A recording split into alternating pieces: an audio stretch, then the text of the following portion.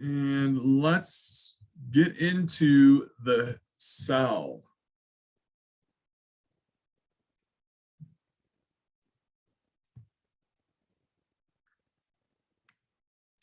Okay, so chapter 4 starts with the cell. We're starting to get into some bigger structures now. Remember, we started with atoms and molecules, macromolecules. Now we're going to talk about the smallest biological functional unit in the body here. A lot of the functions of a lot of the functions of our body, but a lot of the functions that we're going to learn about in this course are cell dependent. A lot of these physiological processes that we're going to be learning about for this class and in 211 are based on not only the functions of these cells, but also some of the anatomy of the cells, because we were talking about, a little bit about that in lab when we were going over tissues. We'll talk more about that when we get into chapter 5 for the lecture portion. So that's why it's really important that you understand. I'm going to be talking about quite a bit about the anatomy of these cells today, but we're going to start to get into some of the physiology near the latter portion of the lecture. And it's really important that you pay, well, it's always important that you pay close attention. But a lot of what I'm going to be teaching you for this chapter is really important. It's going to lay the foundation work for concepts in later chapters in this class and in 211. So I'll let you know. I will tell you, this is important because you'll see this again. Okay, so just try to go along with me. If you have any questions about things, please don't hesitate to ask any questions. Okay, so let's start off by talking about some of the general features of a cell. And there's 3 of them. There's 3 general features when we're looking at a cell that you really should be paying close attention to. 1 is the plasma membrane. Number 2 is the nucleus, and 3 is the cytoplasm. So the plasma membrane, all right, is the outer barrier or envelope, you could say, to the cell. And it's basically, it has several functions, but one of the functions is that it's going to keep the external environment and the internal cell environment separate from one another. And so it'll also, and we'll get into this later on in this class, is we're going to see it's going to control the movement of certain substances into the cell and out of the cell. So the plasma membrane can have some modified extensions. We'll talk about this in a little bit. The cilia, the flagellum, and the microvilli. You've seen the first and third in lab. We've seen what cilia look like when we were doing tissues, and then microvilli. All right, so we'll get into that in a little more detail here in a couple minutes. The nucleus is, if we're looking at a cell, is the largest identifiable structure when you're looking at a cell. And it's similar to the actual cell because the cell has a plasma membrane that covers the entire cell. Well, guess what? The nucleus has something similar to that. It's a membrane. We call that the nuclear envelope. And usually, in general, the nucleus will kind of mimic the shape of the cell. But the important thing is the nucleus is where we find all of our genetic information, our DNA, okay, our genetic blueprint. So when it's time to make proteins to make like insulin and whatnot, all that information is held on our DNA. And so on the inside of the nucleus, you're going to have this goo there. It's called nucleoplasm. And that's this inner fluid inside the nucleus. Well, guess what? Your cell has its own version. And we call that cytoplasm. Basically, cytoplasm is going to be everything in between the nucleus and the plasma membrane inside the cell. And so there's 3 components to the cytoplasm: cytosol, organelles, and inclusions. So we're going to go into a little bit more detail about those 3 items there. So 3 common features for a cell: plasma membrane, nucleus, cytoplasm. So now we're going to get into some more detail about that. So the cytoplasm has its 3 components: the cytosol, the organelles, and the inclusions. And so I need you to understand this first part here with the cytosol, right? We can call it by another name, intracellular fluid, because that's what the cytoplasm is. Excuse me, the cytosol. The cytosol is basically the fluid component of the cytoplasm. A lot of it is water, okay, but it is going to be a little bit thicker than water, a little bit more viscous. And part of that is because everything that's kind of in that cytosol will have dissolved macromolecules. What are those? Proteins, carbohydrates, lipids, nucleic acids, and we'll have different types of ions also: sodium, potassium, calcium, magnesium, phosphorus. Okay, we'll have a bunch of these molecules dissolved into the cytosol. So it gives it kind of a little bit more of a viscous kind of consistency. So again, intracellular fluid is another name for cytosol. And so that's describing the fluid inside the cell.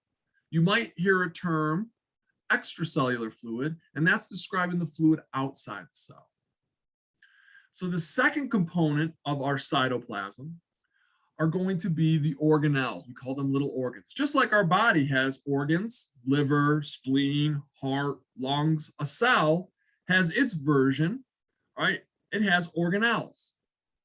And these little guys are somewhat complex, right? But there's a certain type of organization for these organelles, all right, that allow for the proper functioning of the cell. And they carry on quite a bit, or several functions, physiological functions that help the cell maintain its metabolism, its inner workings. If the cell is designed to make things like proteins, hormones, for example, it needs to make some hormones, right? The organelles will help with the creation or the synthesis of those hormones. So when we're discussing the organelles, we have two categories for them. Right, we have membrane bound and non-membrane bound. And so if it's a membrane bound organelle, that just means that organelle has a covering to it. If it's non-membrane bound, then it doesn't have a covering to it. We're going to talk more about the organelles here in a moment.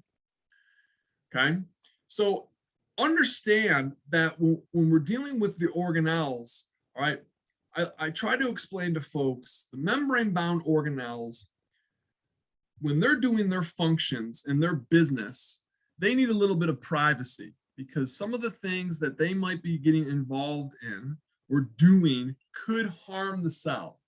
All right, it could harm the cell. All right, now the membrane-bound ones, they're pretty much going to be made up of proteins, okay? And they won't be inside of a membrane.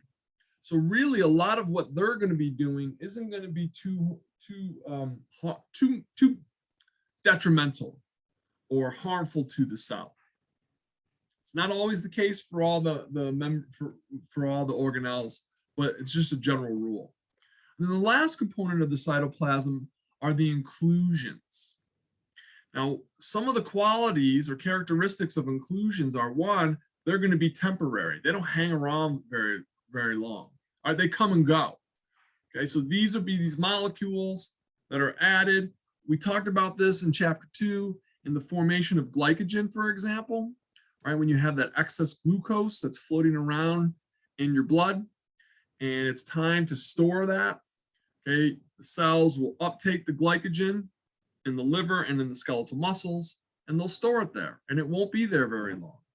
Because remember, for the liver, you know, when 3 or 4 o'clock rolls around and you've burnt through all of your blood glucose, okay, and any glucose that's on hand in the cell, then that cell needs to start to break down the glycogen, or the liver needs to start to break down the glycogen and put it back into the blood so it can supply glucose to the other cell. So it's these inclusions come and go. Same thing with the triglyceride. That's just stored energy. Different types of pigments that are involved, all right? All right.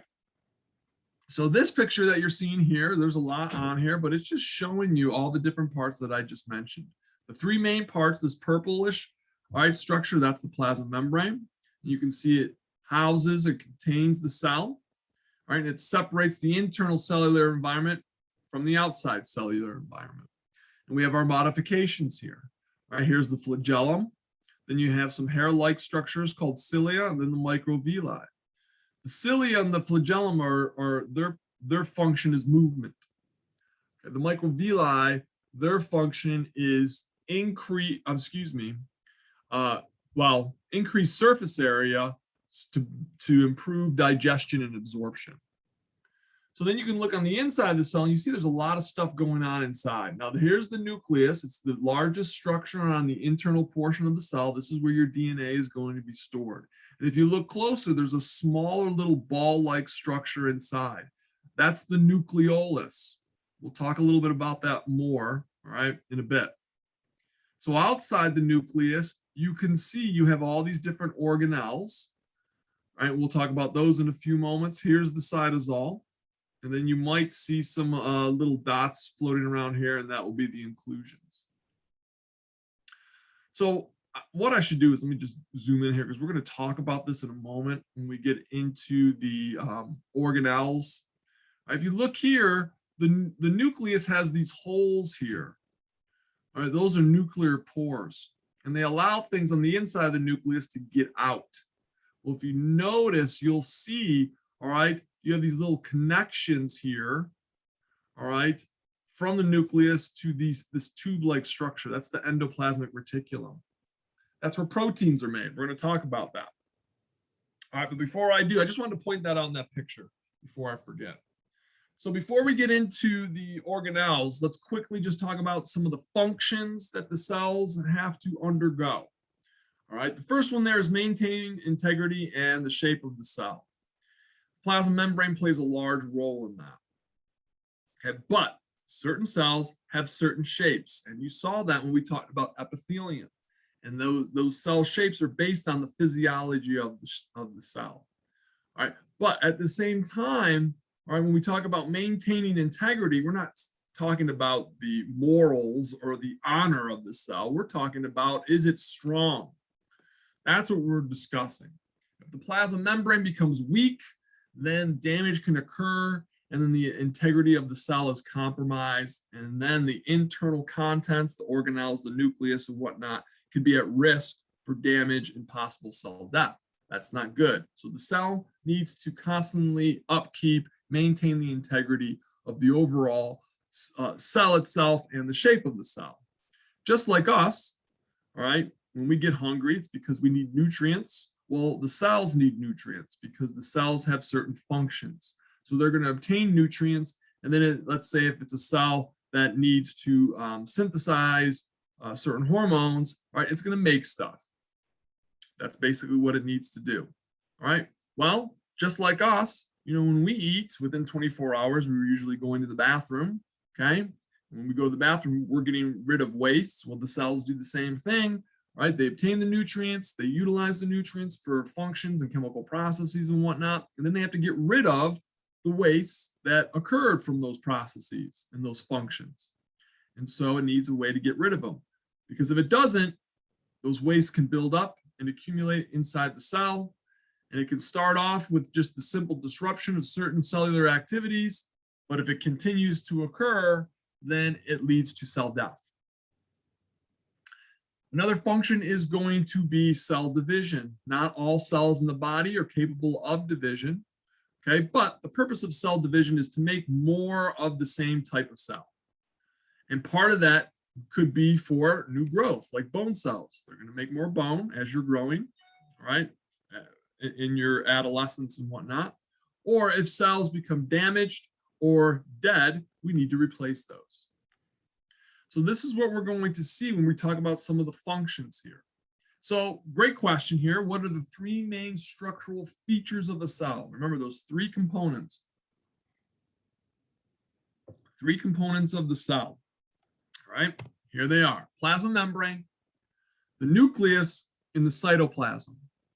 Plasma membrane, nucleus, and the cytoplasm. You need to know those three components. So we're going to start off by talking about, all right, the cytoplasm, in which we've already mentioned some of the components to the cytoplasm, like the cytosol and the inclusions. But now I want to get into some detail about the organelles now.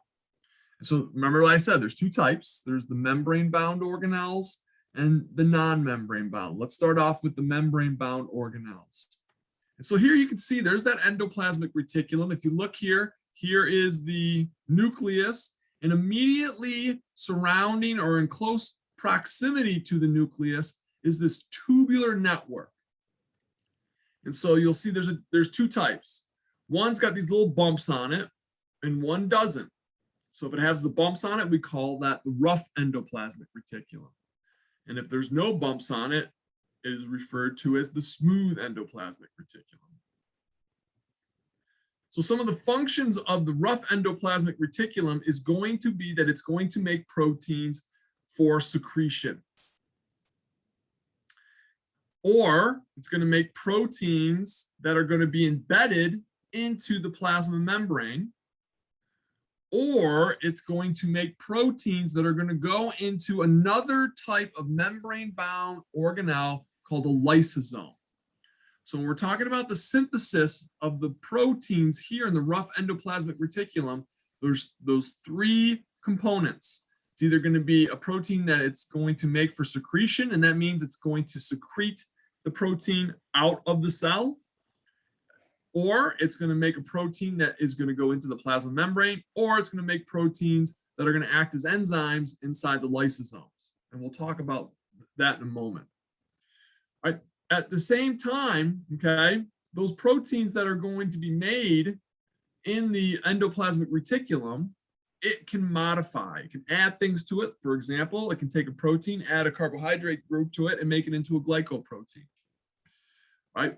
So another thing that it can do is it will also help to make another structure. We're going to talk about it. It's called a peroxisome. It's another digestive organelle. And then finally, it will make transport vesicles. What are those? Well, just like a train, you know, you have those box cars that are carrying things. Our transport vesicles are going to be like box cars on a train. They're going to carry, right, certain structure, I shouldn't say structures, items like proteins, for example, and it will help to move those proteins to certain areas of the cell, to other organelles, for example. The smooth endoplasmic reticulum here, right, it's going to make lipids. It's also going to be engaged in glycogen synthesis or carbohydrate metabolism. We talk more about the smooth endoplasmic reticulum when we're talking about drug detoxification or alcohol detoxification or poison detoxification. It plays a large role in that. And then also we'll make transport vesicles. So this is just a quick review here. All right, so the rough endoplasmic reticulum is where we're going to make proteins. And the structure, all right, or the organelle that makes proteins are ribosomes. Ribosomes are essentially proteins that make protein. Okay, so rough endoplasmic reticulum makes proteins by the ribosomes. All right, we'll also see the creation of the peroxisomes. We'll talk about that in a moment. With the smooth endoplasmic reticulum, we're going to see the synthesis of lipids. We're going to see glycogen synthesis or carbohydrate metabolism. We get detoxification of drugs, alcohols, and poison. All right, we see a lot of smooth endoplasmic reticulum in the liver. All right, the liver is basically a big filtering organ. I mean, it does a lot more than that. And through this course, you're going to learn all about its many functions, okay? But the liver does a lot to help detoxify our blood, all right, the fluids in our body. Again, this is just another slide that pretty much repeats what I just said on the previous slide. Okay. The next organelle, membrane-bound organelle, is the Golgi apparatus. It's nicknamed the warehouse of the cell. And it's basically, all right, an organelle that is made up of these long oblong sacs, just stacked on top of one another. And because of the way that this organelle is arranged, we characterize it as having what's called polarity, which means it has two ends. The one end, usually the end that's the fattest end, that end's going to be closest to the nucleus or the endoplasmic reticulum. So the end that's closest to the endoplasmic reticulum or proximal to it is the cis face. And then the end that's furthest away from the endoplasmic reticulum, that's distal, that's the trans face. The trans face is going to be closest to the plasma membrane. So some basic functions, okay? The Golgi apparatus is going to receive proteins from the endoplasmic reticulum. So it's going to modify these proteins, and then it's going to package it up into these structures here called secretory vesicles. And those secretory vesicles have a couple of different options, and I'm going to show you that now. Let me zoom in. Okay, so you can kind of see here, here is our Golgi apparatus. It's all these big sacs laying on top of one another. The sac that's closest, the part of the Golgi apparatus that's closest to the nucleus or the endoplasmic reticulum, that's the cis face. The trans face is distal to the endoplasmic reticulum. So what we're going to see is the rough endoplasmic reticulum has created some proteins, right? Done some modifications to it if necessary, and then it packages it up into a transport vesicle. And that transport vesicle leaves the endoplasmic reticulum, meets up with the cis face of the Golgi apparatus, and then it merges and it dumps the proteins into the Golgi apparatus. And what will happen as it moves through the Golgi apparatus, these proteins will be modified, folded, things will be added to them, things will be taken away from them, depending on the purpose of that protein. And so that protein now has three options left open to it. The first option is, okay, it gets put into what we call a secretory vesicle, and that secretory vesicle gets shipped off towards the plasma membrane.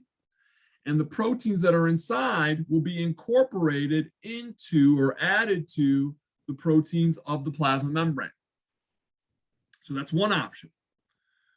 The second option is, all right, the proteins will be added to a secretory vesicle. That secretory vesicle is again going to head towards the plasma membrane. It's going to fuse with the plasma membrane through the process of exocytosis. We'll talk about that later. And the proteins will be secreted out of the cell for whatever reason, for whatever their purpose is.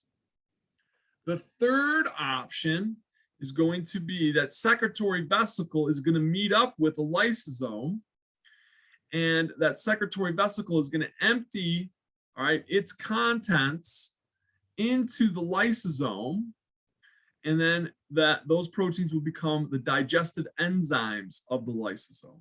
And we'll talk about what the lysosome does here shortly.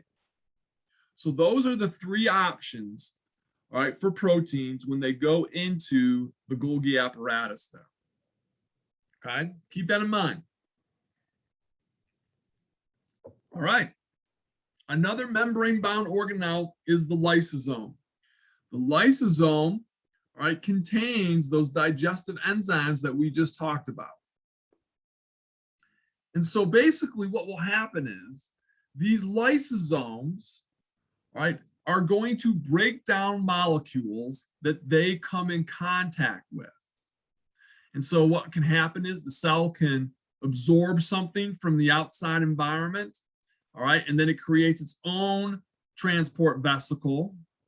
And what will happen is the lysosome will merge with that vesicle, and then the digestive enzymes will break down whatever's inside. In some cases, if there's damage to some of the organelles inside, the lysosomes will go over there and remove the damaged organelles or any parts of damaged organelles and break that down, okay? And then it can utilize what was broken down, and we could recycle it into something else.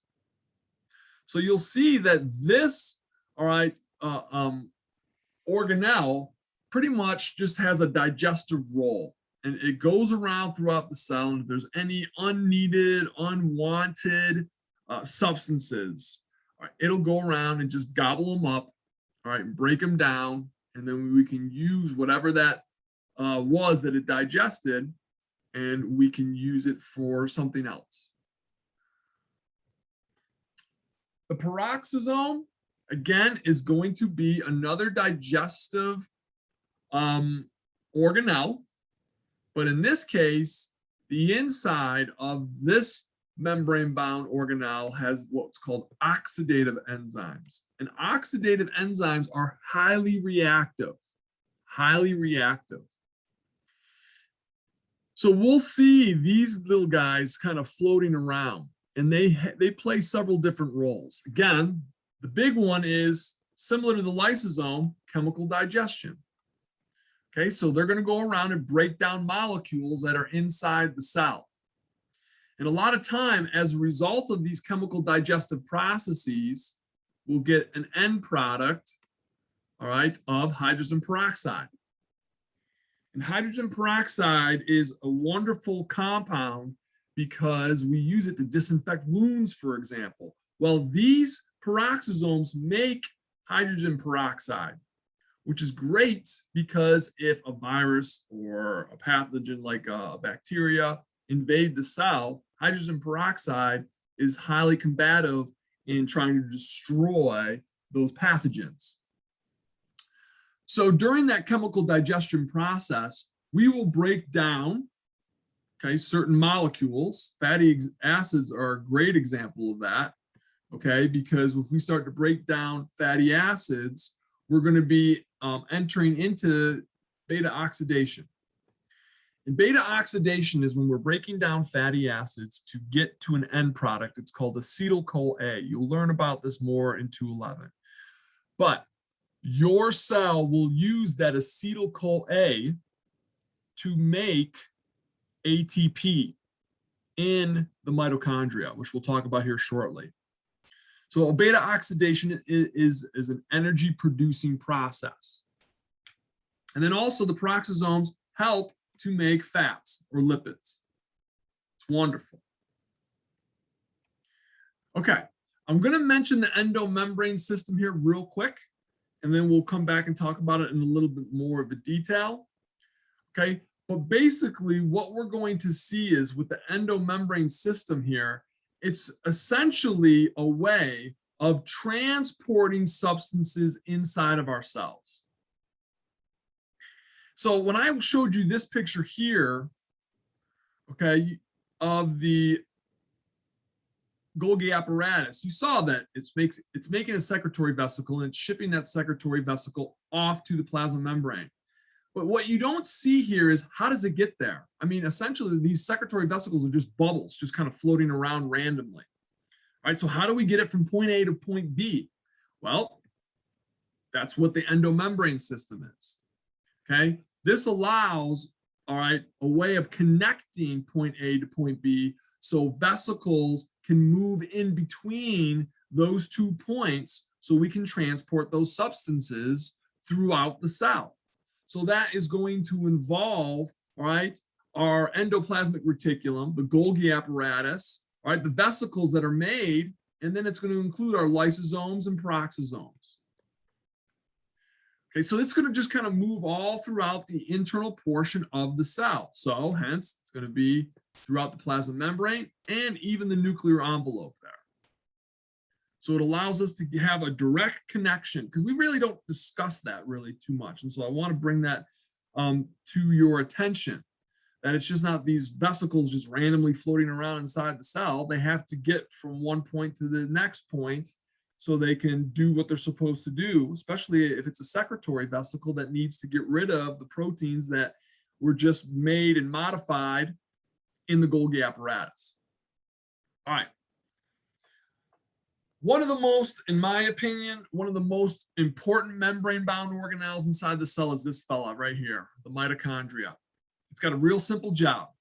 Its job is to make energy, fuel, all right? Energy for the cells. Remember this guy right here, ATP?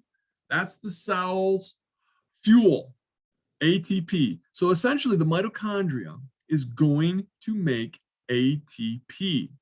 Right? It's nicknamed the powerhouse of the cell. And it's going to make ATP through the process of aerobic cellular respiration. Now, this is the big term right here that I want you to draw your attention to, aerobic. That means oxygen is involved. Okay?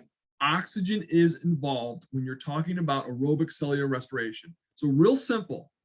If oxygen is not available, we will not use the mitochondria to generate ATP. It's that simple. So if oxygen is available, sweet. We can utilize the mitochondria and we can make a lot of ATP. Let me just basically put it to you real quick.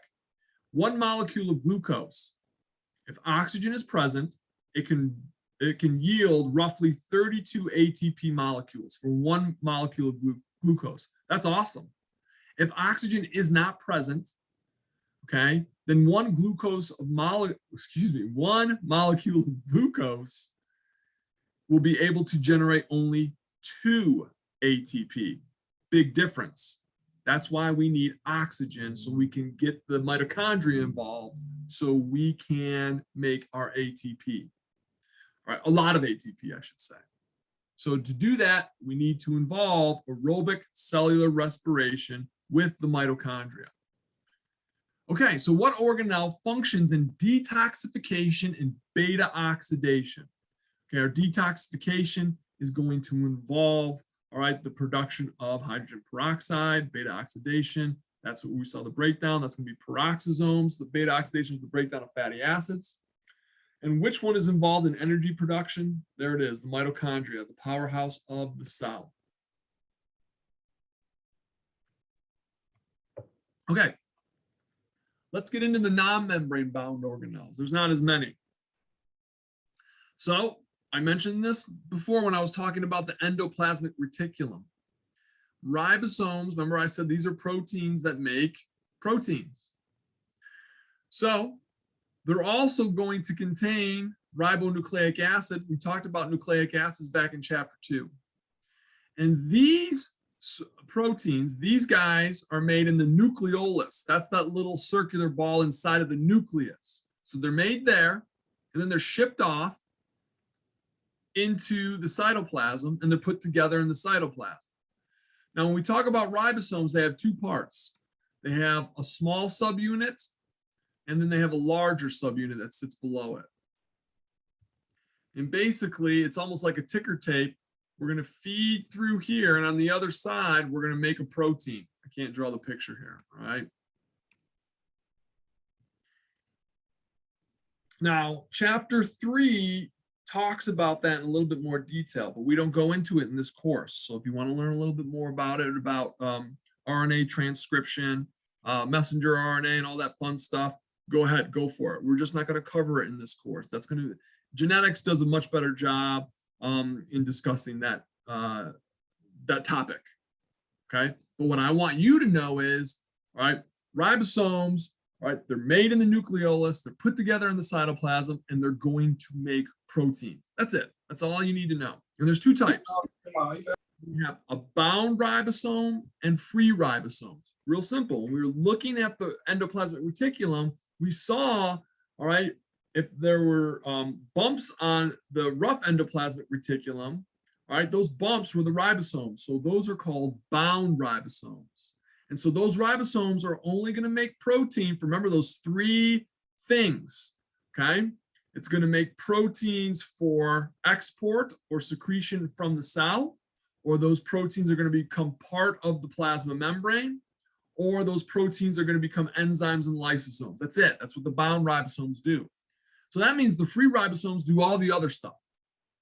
And in general, okay, they're going to just kind of float out in the cytosol there. All right. In general, the free ribosomes are going to make proteins that are going to pretty much stay inside the cell.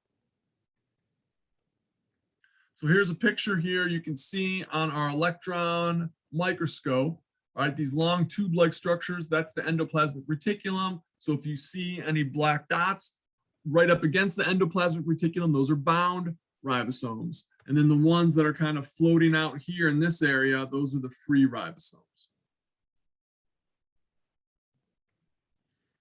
All right, another type of non-membrane bound organelle is the centrosome. Now, when I first heard of the centrosome, this is a long time ago, well over 20, close to 30 years ago, we only knew about its role for cell division.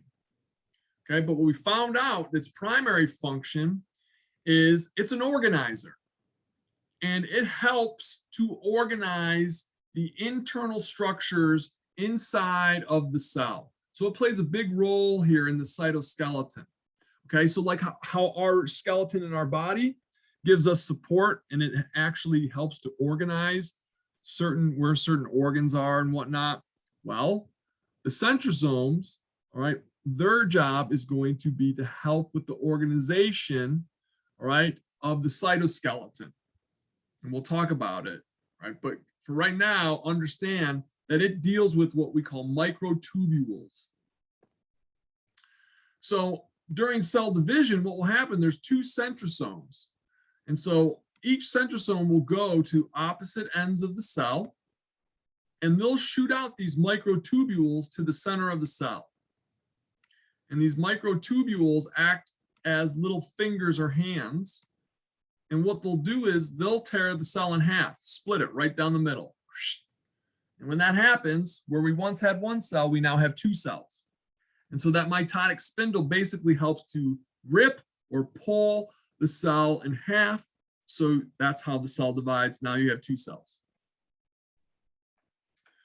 Okay, so here you can see, and it's really kind of funky when they're not participating in cell division. They sit in this perpendicular configuration here. Kind of funky, all right? But, all right, its main job is going to be to help manage or organize the microtubules, which are part of the cytoskeleton, which we'll talk about here in a few moments. All right, one of the last non-membrane bound organelles that I want to talk to you about are the proteosomes. And aptly put, they are in charge of quality control for any of the proteins that we are going to ship off. All right, so we're going to check the proteins before they leave the cell. All right, and so their job is going to be, if any of those proteins are damaged, or during the modification process, because sometimes during the modification process we have to fold the proteins up because they have different types of configuration. It's like origami when you're trying to make, one of those paper birds, and if you fold it the wrong way, what do? You throw it away. Okay. Well, the proteosomes, if a protein is folded incorrectly, if it's damaged, or if it's not needed, all right, it is going to get rid of that protein. All right. It does utilize ATP, costs us energy. So how do we know which proteins are good and which proteins are bad? Well, you've got this other protein called ubiquitin. I call the ubiquitin the mark of death. And so what will happen is, right, you have this protein let's say this protein is damaged for whatever reason. So ubiquitin comes along, attaches to the protein because the protein is damaged, it's marked for death. And once the ubiquitin is attached to the protein, then the proteosomes can then see that, and then they'll take the protein and essentially digest it or degrade it and break it down into either individual amino acids, because we know that amino acids are the building blocks for proteins, or into peptide fragments, which could be a couple amino acids strung together. But the nice thing is that these amino acids or these peptide fragments could be recycled, which is great. So I tell folks, think of the proteosomes as our quality control. And they're going to make sure that your cells aren't exporting or secreting garbage. They're going to make sure that they're excreting and secreting good quality proteins. So there's some redundancies built into this to make sure that our bodies aren't, our functions that cells undergo are doing the right thing and not the wrong thing. So which non-membrane bound organelle functions primarily in the digestion within the cell? Those are our proteosomes. Okay, so I want to talk to you about the cytoskeleton here in a little bit more detail. So I mentioned it previously just a little bit when we were talking about the centrosomes, but I do want to talk to you about what the purpose is. What role does the cytoskeleton play? Remember, keep it simple, but you know what our skeleton does. All right, you know that our skeleton gives us structure and support.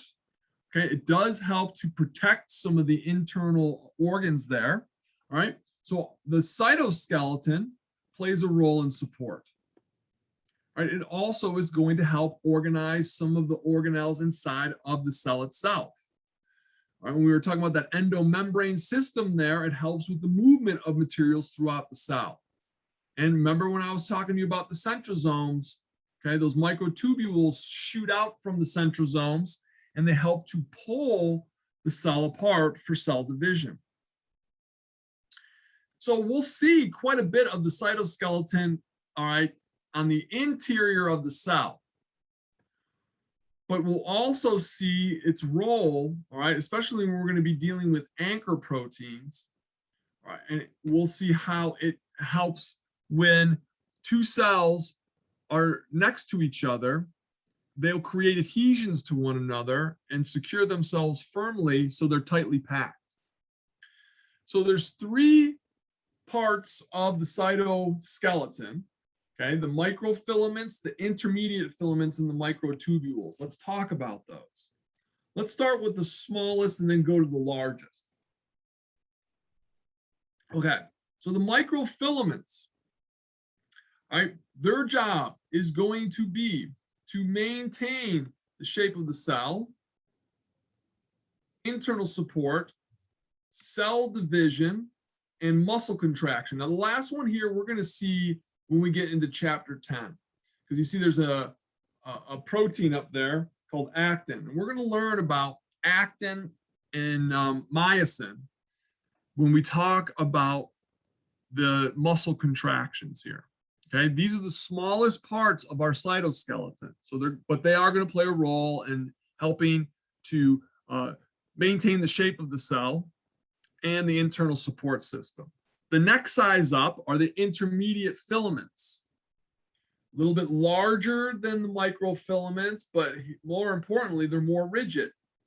So of course, they're going to offer more structural support. And when two cells or three cells or four cells, all right, are packed next to each other, it's going to help with what we call cell junction stabilization, where these cells are making contact with one another. These intermediate filaments will help with making that connection really secure and really stable. And then finally, the last one, we've talked about the microtubules because I mentioned the microtubules with the centrosomes when we were talking about creating the mitotic spindle.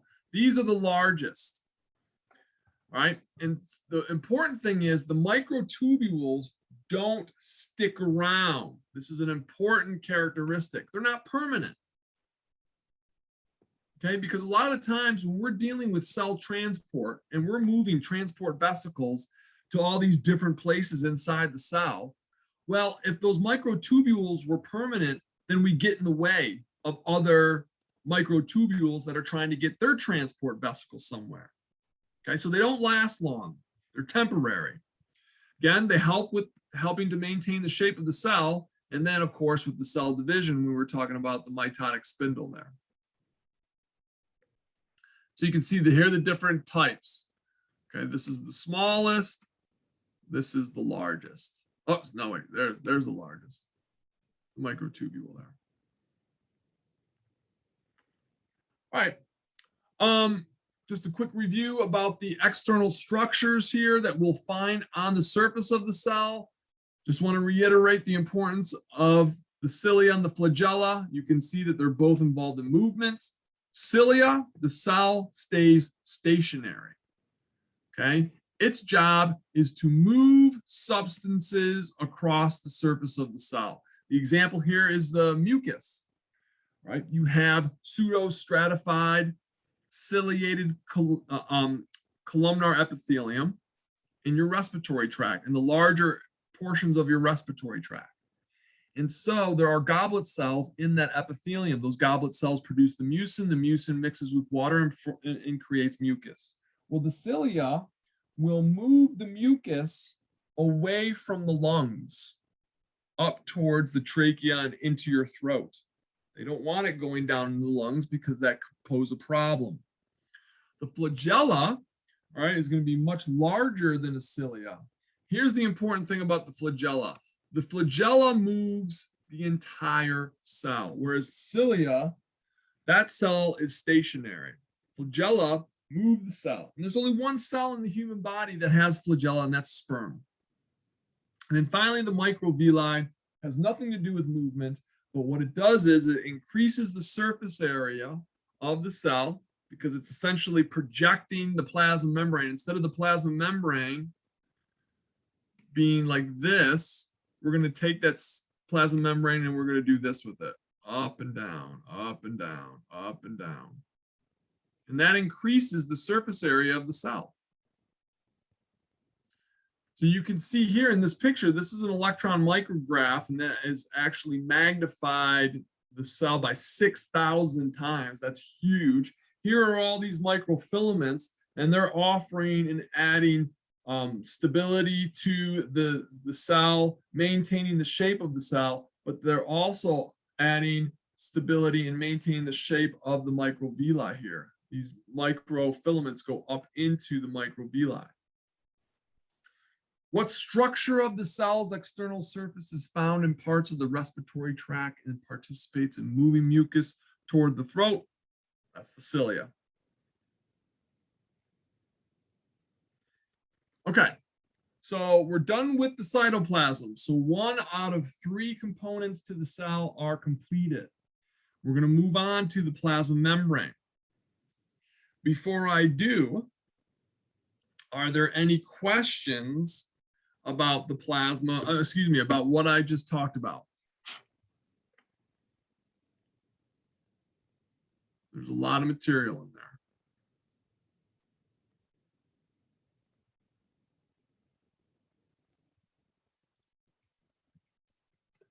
Okay, moving on then.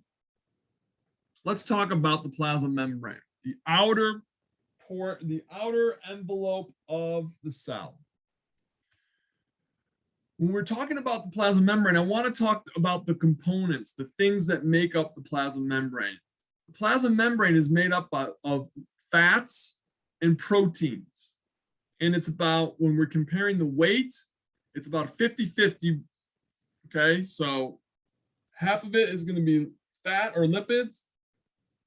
The other half are going to be proteins. But this is terribly, terribly important. This bullet point here, when we talk about the role of the plasma membrane, it is going to regulate movement of most, notice it doesn't say all, but most substances in and out of the cell. It is a limiting barrier. So certain things it'll let across, certain things it won't let across. But now, there are things that can get across the plasma membrane and they don't need any help, but they have to have 2 qualities. They have to be very small and non-polar or non-water soluble. Both of those, it has to have those 2 qualities, small and non-polar, and they can go right through the plasma membrane without any assistance or help. You have to know that. And we'll talk about that here shortly. So when we're dealing with the lipid components of the plasma membrane, there's 3 types. We've already seen these already in chapter 2. Phospholipids is the most abundant. Okay, that's going to be that structure that has the head here and then the 2 tails that hang down. We'll talk more about that on the next slide. Cholesterol and then glycolipids. It's just a lipid with a nice carbohydrate group attached to it. So the phospholipid, often described as a balloon with 2 tails. All right, so that was that horrible picture that I showed you that I tried to draw here. So the head is that ball at the end, and that is going to be polar, and it'll be hydrophilic. Okay, so if it's hydrophilic, that means it's water loving, and that means it'll dissolve, or it's water soluble. The tails, all right, are going to be nonpolar, and they're going to be hydrophobic. So that means they are water fearing, they are non-water soluble. So when we're dealing with the appearance of the plasma membrane, we describe it as the phospholipid bilayer. That's the description or the term that we give it. And basically what that means is, right, we have two parallel rows of to one another, right, of phospholipids going tail to tail. I'm going to come back to this slide here. I'll show you what I mean. So if you look here, that's not what I wanted. If you look here, you can see, all right, these purple balls with the white, I don't know, yellow, orangish strings hanging down, those are the phospholipids. Okay, so when we're talking about the plasma membrane, we have two layers. Okay, so the outer layer of phospholipids and the inner layer. And so the heads face outward, or in this case, inward on this part, but the tails are going to be making contact with one another. So this is referred to as the phospholipid bilayer. Okay, so it's two sheets of parallel phospholipids, okay, with the tails creating the internal environment of the membrane, and then the heads that are directed outward, outside the cell and towards the internal part of the cell. The heads are going to be away from each other. Okay, and because of this phospholipid bilayer, this allows, all right, or maintains the inner intracellular fluid, or the cytosol. It makes sure that the cytosol stays inside the cell, and at the same time, the interstitial fluid remains outside the cell. What is the interstitial fluid? Okay, the interstitial fluid is also known as the extracellular fluid. Interstitial fluid is just fluid that's found in the tissues there, in between the cells. All right, the other two components that we'll see in the plasma membrane, cholesterol. We talked about this. I mentioned how the cholesterol will help to stabilize the plasma membrane when it gets too hot or too cold. So it helps to keep the plasma membrane from getting compromised, but it also helps to strengthen the plasma membrane. That's hugely important. That's why it's not bad to take cholesterol into your diet. Now, too much obviously is going to be bad, okay? But I always encourage my patients to have a little bit of good cholesterol in their diet, right? Because it helps strengthen the membrane, especially as we get older. Our tissues become more fragile. Doesn't mean eat more cholesterol, right? But just don't go to the point where you're not taking in any cholesterol. There's good and bad sources. And then finally, the last type of lipid, all right, for the plasma membrane are the glycolipids. All right, so this will only see on the outer phospholipid region, because these glycolipids with the carbohydrate groups attached to it form what we call the sugary coating of the cell, or the glycocalyx. And it's a way to help identify the cell. Your white blood cells need to be able to identify the cells of your body, because if they don't, they might wind up attacking them, and that could be bad. You've heard of the term autoimmune diseases, and this is what happens, all right, when your body starts to go after itself. Not a good thing. Okay, so here again, you can see the plasma membrane. You'll notice that you have the phospholipid bilayer, but also we have these big blue things floating around. All right, those are proteins. That's going to be the other component of the plasma membrane, which we're going to talk about here. What portion of phospholipid molecules form the internal environment of the membrane? The nonpolar, hydrophilic, water-fearing tails. Nonpolar. That means it's water insoluble.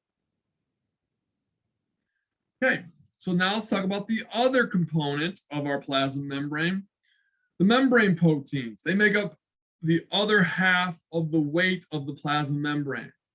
And I want you to think of the plasma membrane proteins, or membrane proteins, as trash floating on water.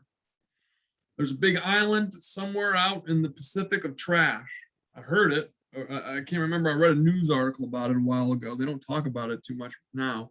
But it's a big pile of trash floating in the ocean. And that's what these membrane proteins do. They float, right, in the lipid bilayer. And they have tons of functions, which we're going to review here shortly here. But there's two types, integral and peripheral. Okay, the integral are these guys. They span the entire width of the plasma membrane. Peripheral sit either on the inside or on the outside.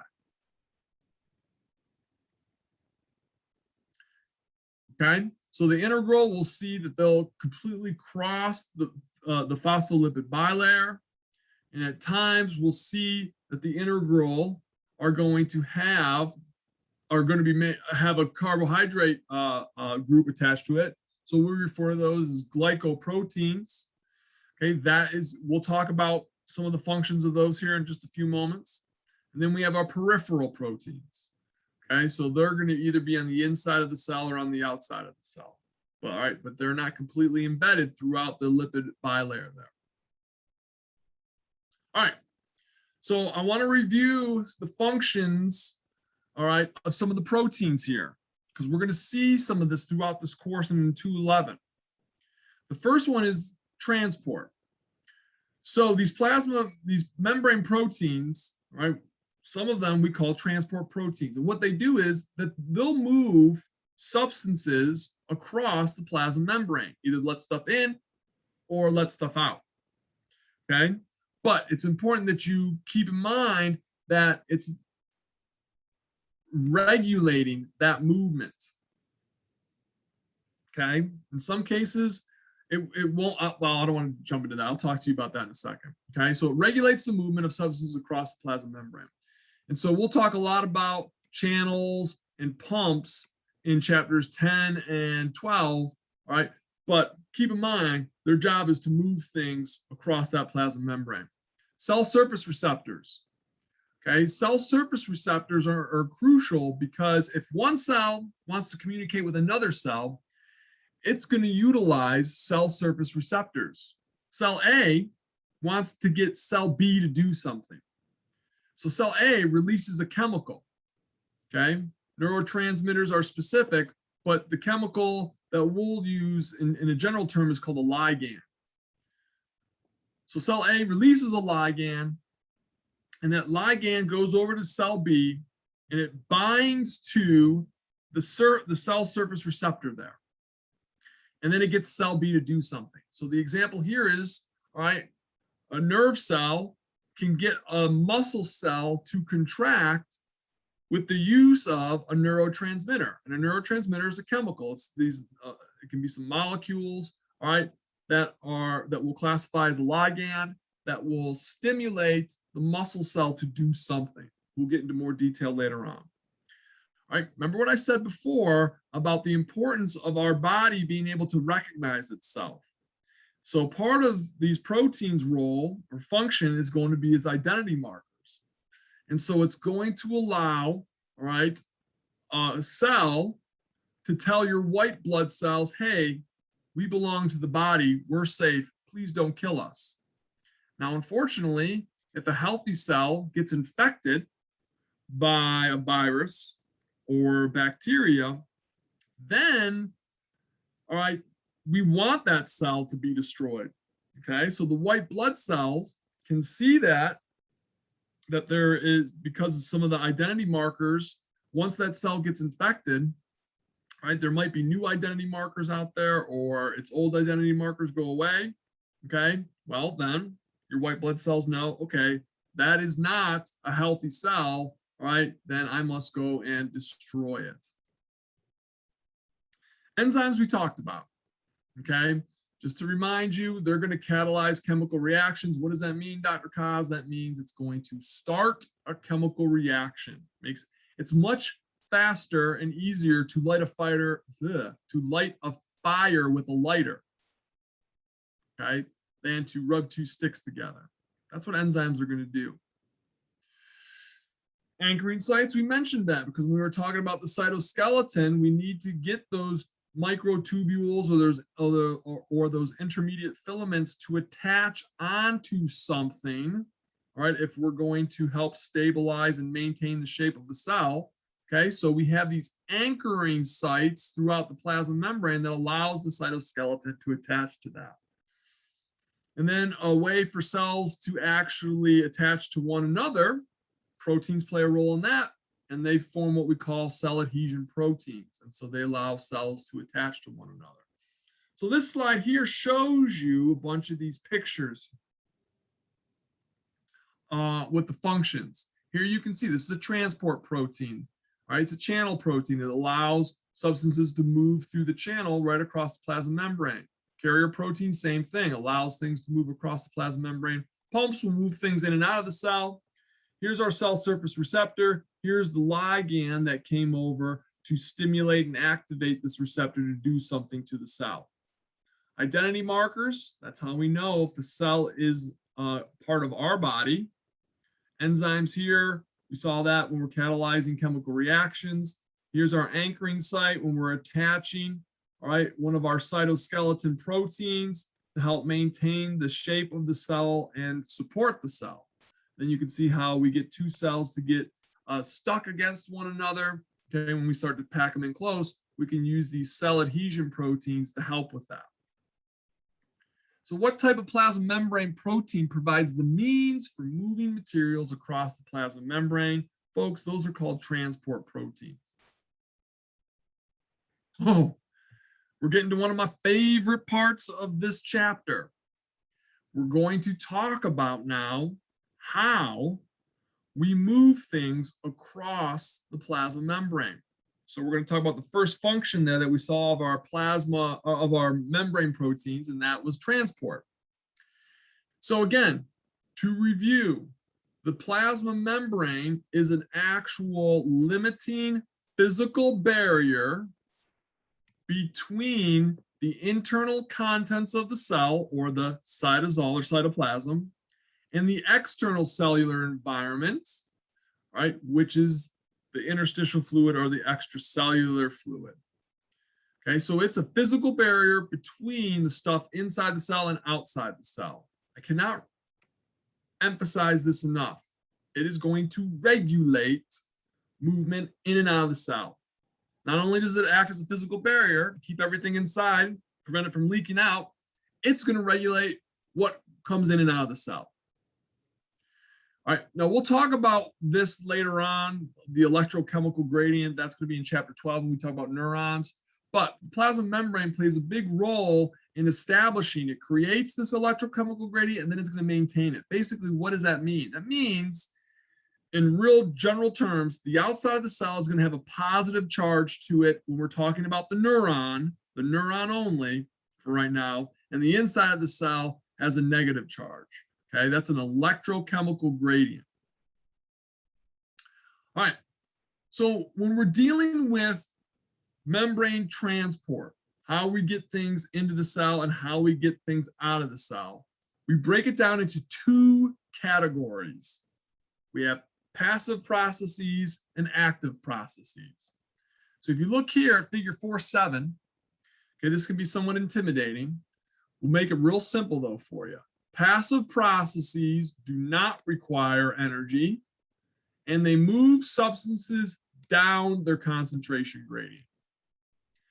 Active processes do require energy, and they're going to involve the movement of a substance up its concentration gradient, or it's going to involve a transport or secretory vesicle, either making it or losing it. We'll get into that later on. So today we're just going to talk about diffusion, and we won't even talk about all of it. So when we talk about diffusion, diffusion is a passive process, which means it does not require energy, and a substance is going to move down its concentration gradient. I will explain what a concentration gradient is in a moment. And so when we're dealing with diffusion, we're dealing with the movement of solutes. Solute can be oxygen, carbon dioxide, glucose, all right, sodium, potassium. Pretty much solutes are everything except for water. We got a special process that involves the movement of water, and that's osmosis. So, quick review, passive processes, they do not require energy. They depend on moving a substance down its concentration gradient. That means we're going to move a substance where there's a lot of it to an area where there's not a lot of it until it's equal. Okay? So real simple. I've got 2 rooms with a door in between the 2 rooms. Okay? I have 9 people in one room and 1 person in the other room. And I say to them, okay, what I need from you folks is I need equal amounts of you in each room. So that means that the room that has 9 people in it, 4 of those people are going to leave and go into the room that has 1 person in it. Because that room that has 9 people has a high concentration gradient in that room. That room that has only the 1 person has a low concentration gradient of people in that room. So we want to make it equal. So 4 people will leave and go into the other room until we have 5 and 5. Then we're equal. Okay. I'll explain it to you in a little bit more detail here in a moment. So there's 2 types of passive processes that we'll talk about, diffusion and osmosis. Now, active processes require energy. And in this case, we're going to move up the concentration gradient. Okay. So we're going to see now the opposite.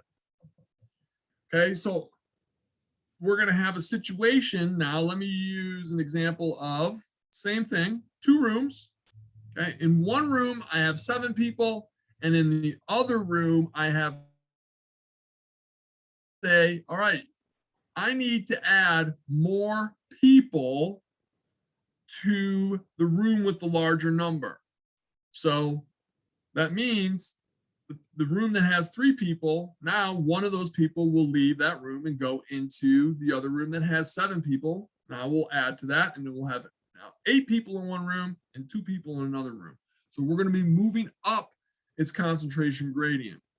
I compare that to if you're rolling a boulder up a hill. You're going to move that boulder up the hill. It's going to go up against the concentration gradient. Well, guess what? If you're pushing that boulder up the hill, you got to exhaust some energy. That's not easy to do.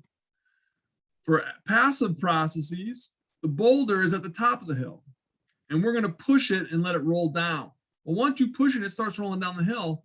You don't have to work on it anymore. What? All right, you don't have to work on it anymore. So that is going to be a passive process. So we have a few moments here. I just want to get into diffusion real quick, and then we'll end here. All right. So when we're talking about diffusion, remember, we're talking about the movement of solutes. All right. So we're talking about the movement of solutes from an area, all right, of greater concentration to an area of lesser concentration. And so these solutes can include molecules. All right. Ions are great because molecules and ions, these solutes are constantly in motion because of kinetic energy. So they're excited. They're like that 5-year-old little boy that will not sit down and it keeps running around. That's what these molecules are. They're in constant motion moving around. All right. But they always want to move from an area of greater concentration to an area of lesser concentration until we reach equilibrium or balance. And so those molecules, once they're evenly distributed throughout that specific area, then diffusion stops because we've reached equilibrium. So when we talk about, let me show you this picture real quick. So here we're dealing with a beaker of water. All right, we have a medicine dropper with food coloring in it. Now, when we first drop it into or start to squeeze it and put it into the beaker, you notice that the food coloring is in this area here. Well, this is the area of high concentration. And then out here, this is the area of low to no concentration. So where does the food coloring want to go? It wants to spread out, and that's what you're seeing here.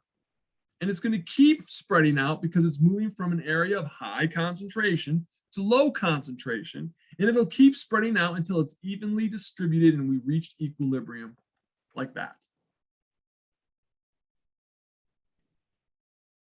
So when we're talking about diffusion, okay, diffusion can happen fast or it can happen slow or in between. It's a scale. So if we want to speed up diffusion, there's two things that we have to do.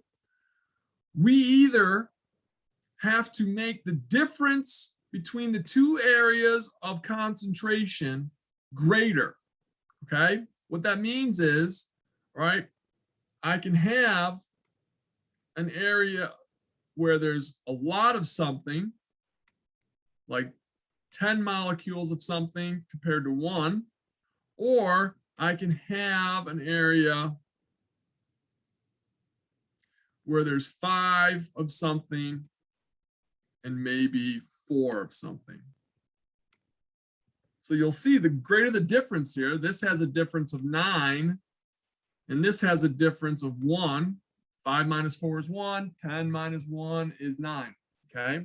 So the greater the difference, right, the steeper that concentration gradient, the faster the rate of diffusion. Temperature, easy. If you've ever taken chemistry, if you want to speed up a chemical reaction, what do? You heat it up. You heat it up. So if we increase the temperature, we'll increase the rate of diffusion because that will increase the kinetic energy. Kinetic energy is just energy in motion.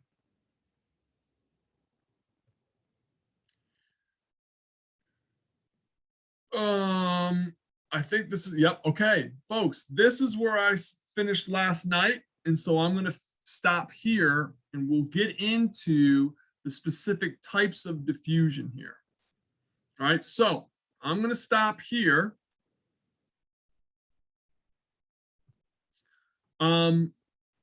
Is there, well, save your questions.